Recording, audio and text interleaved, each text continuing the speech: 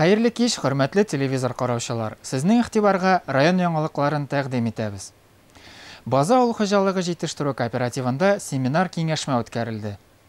Семинар эшендә катнашучылар иң башта Рапат авылында яңартып төзелгән фермада һәм Калмашбаш авылында ашлык киптереп саклау комплексында булдылар. Хуҗалык рәисе Вадим Соколов әлеге төзелешләрнең әһәмияте, аларның икътисади яктан өстенлекләре хакында аңлатып үтте. Юмаш авылында арка тибындагы товарлыклы сөтчелек фермасында маллар эшендә, терлекчеләр эшендә уңай шартлар тудырылган. Ангар эше пөхтә тотыла, мал азыгын югалтуга юл куелмый. Биредә өр-яңа технология нигезендә сау залы төзелеп бетеп килә. Сыерлар заманча аппаратлар ярдәмендә саулашак, җыелган сөт элита классы кондициясенә җиткерелеп, тиешенчә суытылып, затылачак.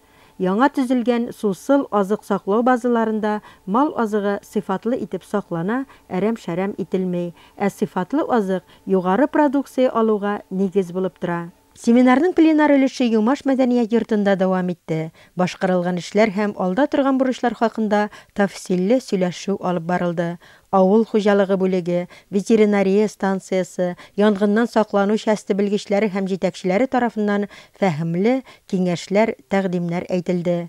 Аннан беренче кварталдагы эш нәтиҗәләре буенча бер төркем алдынгыларга бүләкләр тапшырылды. Муниципаль район хакимияте башлыгы Риф Юсупов йомгаклау сүзе белән чыкты.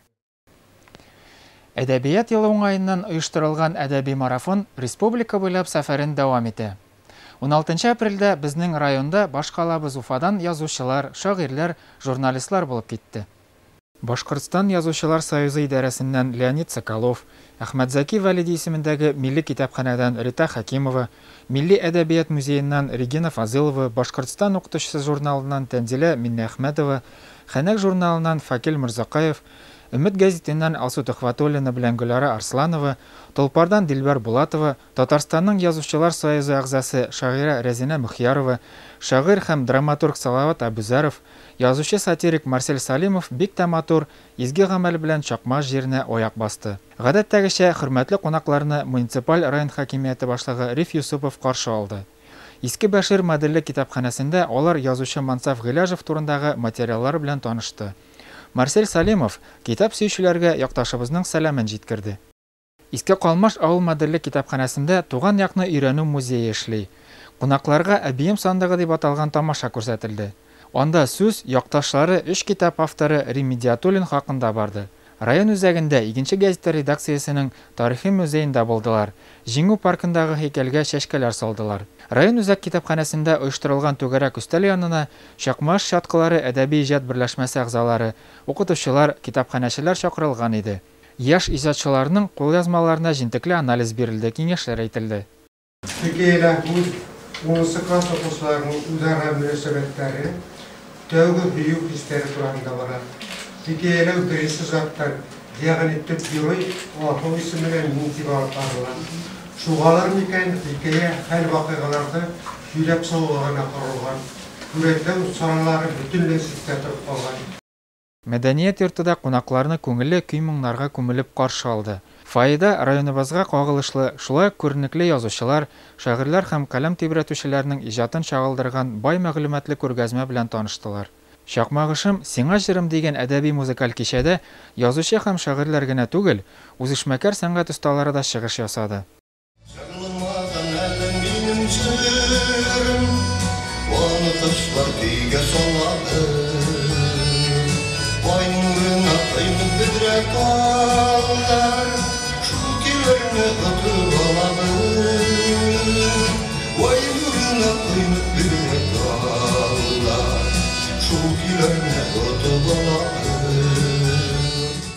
Район хакимияте башлыгы Риф Юсупов дүртилеләрдән ел символын кабул итеп алды.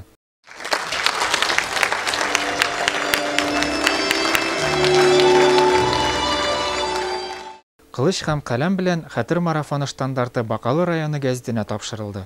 Бүгенге сорашу бу инде күңелле күрешү, чөнки әдәбият, мәдәният байрамы бүген. Һәм алай гына түгел, хатта журналистика байрамы. Бүген Чакмагыш районында bir yola 2 марафон тап килде. Ул әдәбият марафоны һәм шулай ук журналистика марафоны. Демәк, біз инде жүгіріп келіп, тирә-яқтан жүгіріп, көтіп келген қонақтар, ол Өфөнән генә түгел, хатта Татарстандан кайткан якташларыбыз да бөтәхилә якын күреп, матур итеп кабул иткән шундай бер бәрәкәтле төяк. Сакмагыш районында көтүченнән башлап, район башлыгына чаклы сакма таш кебек нык, үткер, уңган, булдыклы, кулыннан бөтә эштә килә торган кешеләр яшәй һәм эшләй. Менә бұл минең өчен әлбәттә иң зур шатлык. Минең өчен ул әйтер идем, минең өчен генә түгел, гомумән Башкортстан кешеләре өчен зур бәхет. Бу бәйрәм айрата үзенчәлекле булды. Китапханалар шундай бай, шундай зәвык белән җиһазланган, соклангыч балалар менә китапханәдә булу, аларның китапка тартылуы күңелгә якын. Чөнки балалар укымаса, язучыларның язуыннан файда юк. Менә шушындый кызыклы чаралар булганда, билгеле, яшьләр дә, балалар да әдәбиятка тартылыр иде дигән фикер туды. Гомумән бу кичә, бу чара бик күңелле, бик матур һәм тәрбия ягын бик кирәкле нәрсә булып тора. Илебез бөек җиңүнең 70 еллыгын каршыларга әзерләнә. Һәр тарафта ветераннар игътибар үзәгендә, алар белән җылы очрашулар үтә. Олы бәйрәмгә багышлап, 1нче санлы Чакмагыш урта мәктәбендә класс сәгатьләре үткәрелде.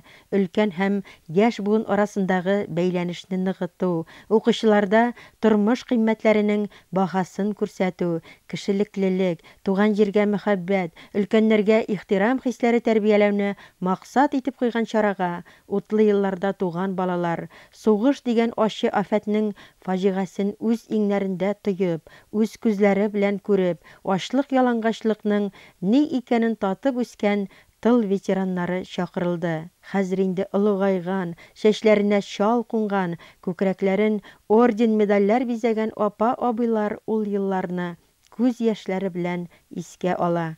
Bütün нәрсә, әтиләр, абыйлар, bütün техника, bütün топливо, bütün продукты, bütün сәфә сугышка азат булды.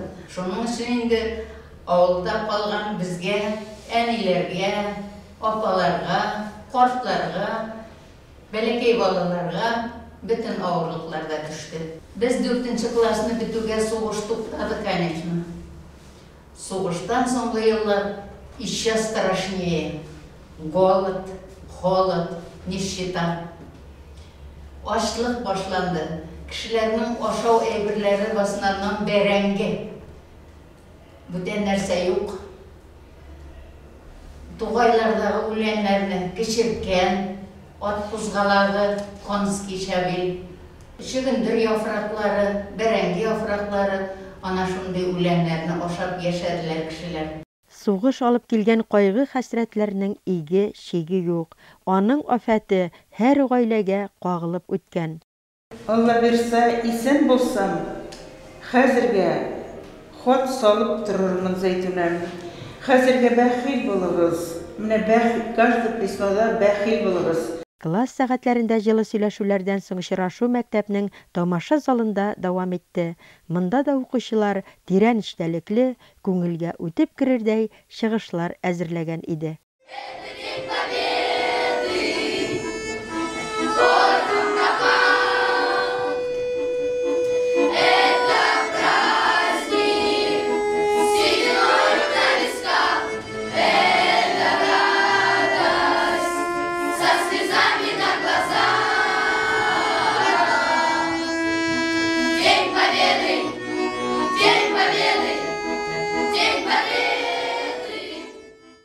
Балалар, тырышып укыгыз, һөнәр алыгыз, тәртипле булыгыз, әпкәйнең, икмәкнең кадерен белегез, аракы юлларына, наркотик юлларына басмагыз, олыларны, әти-әниләрегезне, укытучыларыгызны, класс җитәкчеләрен, тәрбиячеләрегезне барчасында тыңлагыз, һәр вакыт алар белән киңәшләшеп эшләгез. Шушы матур тормышның кадерен белегез. Бу матур тормышлар бәхетле бала чагыгыз Uzun gümürlerge, uzak kuvanışlarga bulsun. Zor beyram kilip yite, jiңu beyrami. Bu beyramlarını köngülligine ittirip ütkärip, kileşekte bir nindi kaygı hasret görmeşigine isen-emin yaşarga nasip bulsun. Birinchi sonli Cho'qmash o'rta maktabi o'quvchilari Jiңu kuni deb atalgan aksiyada qatnashdi. Мне кажется порою, что солдаты с кровавых не пришедшие полей не в землю нашу полегли когда-то, а превратились в белых журавлей. 70 yıl indi biz ayaz көк астында яшибез.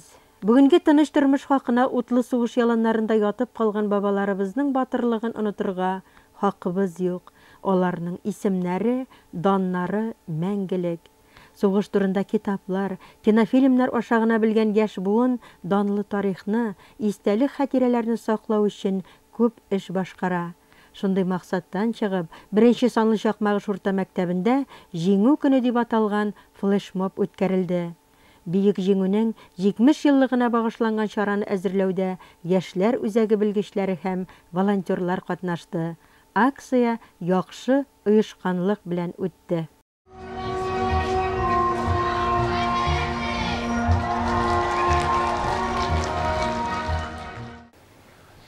Келесі сюжетыбызда Бийек Jiңуның 70 еллыгына багышланган тагын бер матур чара хакында. Шатлык балалар бакчасының ишеген ачып кирүгә матур күренешләр каршы ала. Стеналардагы рәсемнәр, плакатлар, фотосурәтләр, кул эшләре күргәзмәсе барысы да Бийек Jiңу темасын чагылдыра. Сыкланып карарлык бу зур эшне әлбәттә бакчаның нәни хуҗалары, әти-әниләре һәм тәрбияче апалары белән бергә эшләгән. Что такое День Победы? Это утренний парад. Едут танки и ракеты, марширует строй солдат. Что такое День Победы? Это праздничный салют. Фейерверк летает в небо, рассыпаясь там на круг. Что такое День Победы? Это песни за столом, это речи и беседы, это дедушкин альбом. Это фрукты и конфеты, это запахи весны. Что такое День Победы? Это значит нет войны. Бүген биредә Бийек Jiңуның 70 еллыгына багышланган чара үткәрелде. Районыбыздагы 23 балалар бакчасыннан килгән нәниләр җыр, бию һәм шигырь конкурсында катнашты. Шикләвек төше кебек кенә булсалар да, оста итеп бииләр, матур җырлар, шигырьләр өйрәнгәннәр. Ә инде жюри тарафыннан сайлап алынган иң-иңнәр финалга үтәчәк.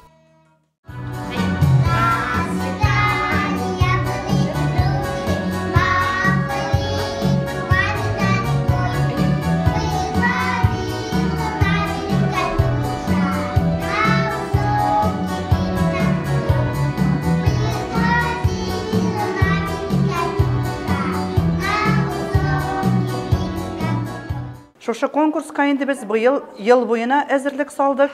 Ата-аналарга бик күп эш башкарылды. Әлеге чараның дәвамы булып, бүгенге смотр конкурс 29 апрельдә финал булачак. Туган илгә хезмәт итү ир-егетләр өчен иң изге бурыч булып санала.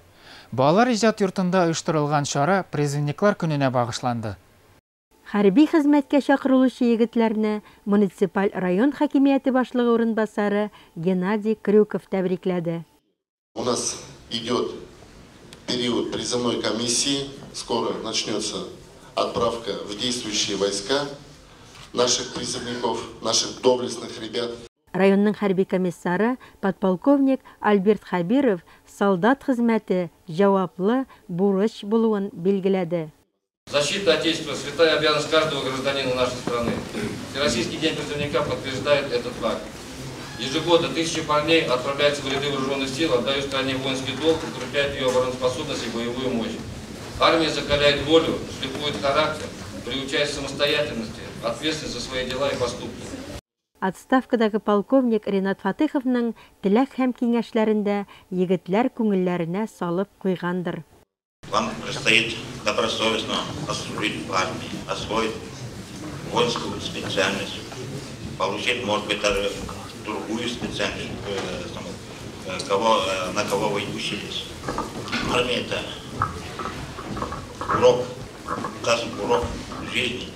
Бәйрәм кичәсендә илебезнең булачак солдатлары 7 егеткә чакыру кәгазьләре, Җиңү хәрби-патриотик клубының иң актив ағзаларына Россия патриоты билгеләре тапшырылды. Имам Мөхтәсиб Галим Шакиров, Бөек Ватан сугышы ветераны Җәмигънур Абый Бадретдинов, яугир интернационалист Гаяз Захидуллин, яшьләр исеменнән Руслан Бикмөхәммәтов егетләргә яхшы хезмәт итеп, исән-имин туган якларына әйләнеп кайтырга дигән теләкләрен җиткерделәр. Кичәнең музыкаль өлеше дә матур чыгышлар белән үрелеп барды.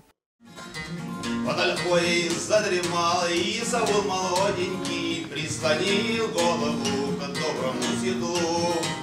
Не буди казака, ваше благородие, он во сне видит дом, мамку да ветлу. Аннан егетләр Җиңү паркына юлланып, чәчәкләр салды. Мин яратам сине, тормыш. Ярмәкәй районында өлкән яшьтәге үзешчән сәнгать осталарының менә шулай дип исемләнгән республика фестиваленең зона этабы үтте. Бөек җиңүнең 70 еллыгына багышланган чарада районыбыз данын Идел халык уен кораллары ансамбле яклады. Коллектив диплом белән бүләкләнде. Балалар иҗат үзәгенең кием дизайны һәм мода театры берләшмәсендә шөгыльләнүче кызлар кул эшләренә осталыгы белән соклану уята. Конкурсларда катнашып, җиңү артыннан җиңү яулыйлар. Мы в этом году участвовали во многих конкурсах. Ездили в город Сочи, участвовали на международном конкурсе. «Хрустальная корона», приехали оттуда с гран-при. Ездили в город Октябрьский.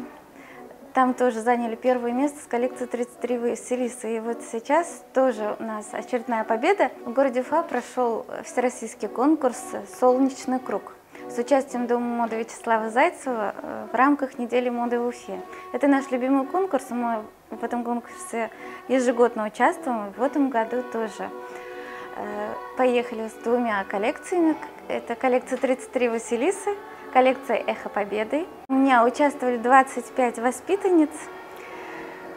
Этот конкурс нам очень нравится, и мы в очередной раз заняли первое место в номинации «Перформанс» коллекции 33 Василисы. Я горжусь своими воспитанницами, они молодцы. И хотела бы, пользуясь случаем, поблагодарить администрацию и отдел образования нашего района за помощь в организации трансфера. Я хотела бы особенно поблагодарить родителей моих воспитанниц от всего сердца, искренне, потому что основная финансовая поддержка исходила от них, включая во всех конкурсах, включая проживание и организационные взносы. Без них бы у нас ничего не получилось. Это замечательные, прекрасные родители, которые любят своих детей, которые ценят их творчество, которые заботятся об их будущем. Спасибо им огромное. Алдағы сюжетыбыз 18 апрельдә узган шимбә өмәсе хакында. Язгы һава торышының явым-төшемле булуына карамастан, шимбә өмәсендә күләмле эш башкарылды. Район үзәгендәге 74 оешма предприятие учреждениенең 65-е өмәгә чыкты. 700-дан артык кеше тирә-якны тазартуда, чүп-чардан корыган үләннәрдән арындыруда катнашты. Комиссия әгъзалары тарафыннан үткәрелгән күзәтүдә билгеләүенчә, 1 май урамындагы төзелеш материаллары базасы, Палушка, Таныш, Монетка кибетләре, автовокзал, урман хуҗалыгы бүлекчәсенең эше канәгатьләндерерлек дип табылмады. КБО, Пенсия фонды, район кулланучылар җәмгыяте, Башкиргаз, Газсервис, Октябрьский электр шелтәре, су белән тәэмин итү оешмалары активлыгы белән аерылып торды. Бу көнне 27 берәмлек техника җәлеп ителде. 240 тоннадан артык чүп полигонга чыгарылды. Гимназия һәм 1 санлы Чакмаш урта мәктәбе укучылары Чакмашны урап узу юлын тазартты. Шәхси хуҗалыкларда яшәгән җиребезне тазарту һәм ямьләүдә үз өлешен кертте. Район оешмалары һәм предприятиеләре тарафыннан ял көннәрендә техника бүленде. Көнкүреш калдыкларын чыгаруда ярдәм күрсәтелде.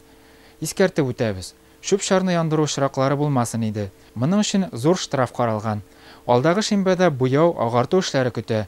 Күмәк көч белән салган хезмәтебез бөек җиңү бәйрәменә матур бүләк булсын. Шишмә районында милли көрәш буенча бәйгедән егетләребез җиңү белән кайтты. 30 команда арасында беренче урынны яулап, алар үзләренең бил бирмәс көчле көрәшчеләр итеп танытты. Бишбүләк районында кул көрәше буенча республика беренчелегенә ярышлар үтте. Безнең Чакмаш командасы 5нче урында. Дүртөйле шәһәрендә Шайхзада Бабич призына ир-егетләр арасында волейбол буенча ярышларда 13 команда катнашты. Чакмашлар 2нче урынны алды һәм диплом белән бүләкләнде. Яңалыклар чыгарылышы тамам. Мин, Илнур Якубов, сезгә иҗади төркем исеменнән яхшы хәбәрләр генә теләп хушлашам. Сау булыгыз.